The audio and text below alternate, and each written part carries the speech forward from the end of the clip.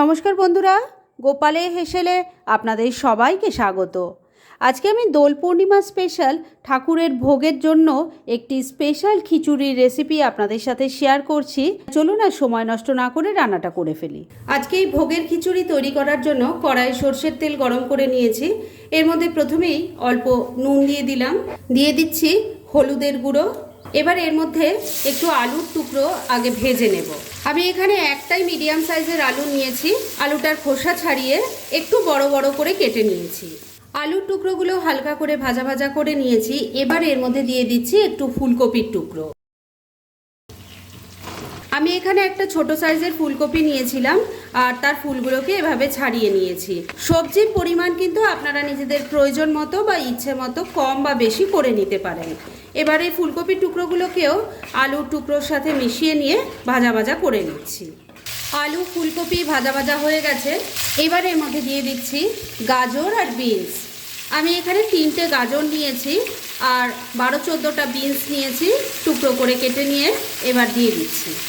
সব কিছুর সাথে মিশিয়ে নিয়ে এগুলোকেও হালকা ভাজা ভাজা করে নিচ্ছি।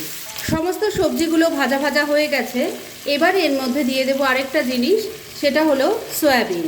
1 কাপ সয়াবিনকে একটু নুন জলে সেদ্ধ করে নিয়েছি আর তারপর জলটা ফেলে দিয়েছি। এবার সেই সয়াবিনটা দিয়ে দিলাম।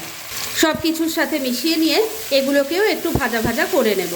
আপনারা চাইলে সমস্ত কিছু আলাদা আলাদা করেও ভাজতে পারেন, তবে সেক্ষেত্রে কিন্তু মনে রাখবেন তেলটা অনেকটা বেশি লেগে যাবে। এইভাবে একসাথে ভেজে নিলেও কিন্তু কোনো রকম অসুবিধা হবে না। সমস্ত সবজি সয়াবিন ভালো করে ভাজা ভাজা হয়ে গেছে।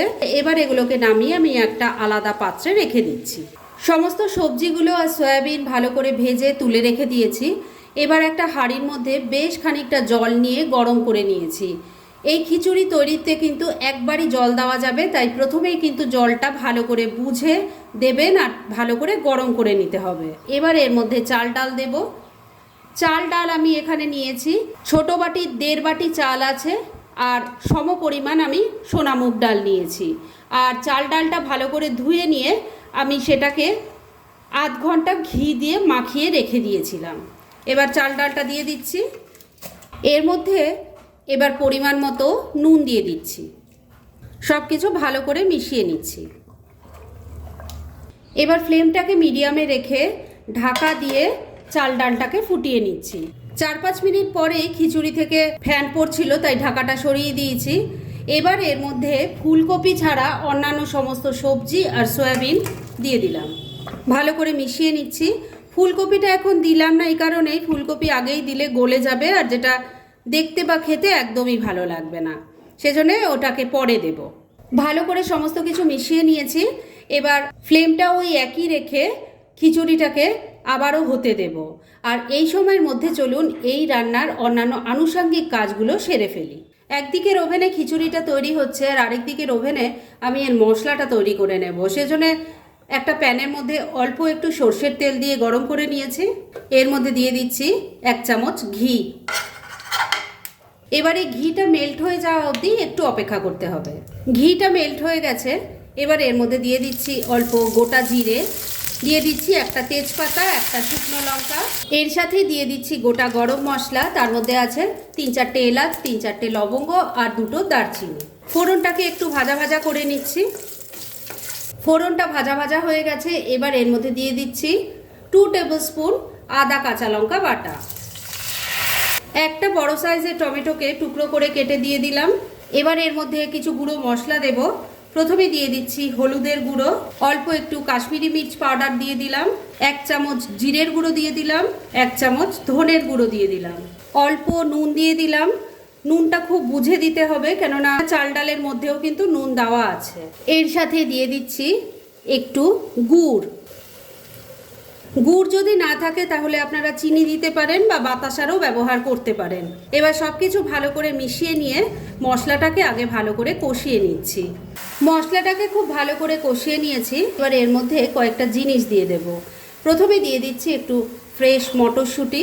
মশলার সাথে ভালো করে মিশিয়ে নিচ্ছি। মটরশুঁটিটা ভালো করে মশলার সাথে মিশিয়ে নিয়েছি। এবার দিয়ে দিচ্ছি একটু নারকেলের টুকরো, দিয়ে দিচ্ছি একটু কাজু কিশমিশ। সব কিছু খুব ভালো করে মিশিয়ে নিয়ে আবারও একবার খুব ভালো করে কষিয়ে নেব।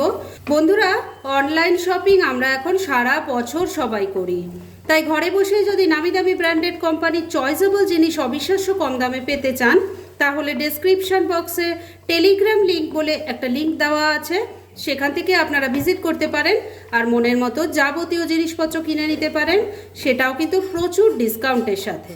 মিনিট দুয়েক সময় নিয়ে সমস্ত কিছু মিশিয়ে নিয়ে খুব ভালো করে কষিয়ে নিয়েছি।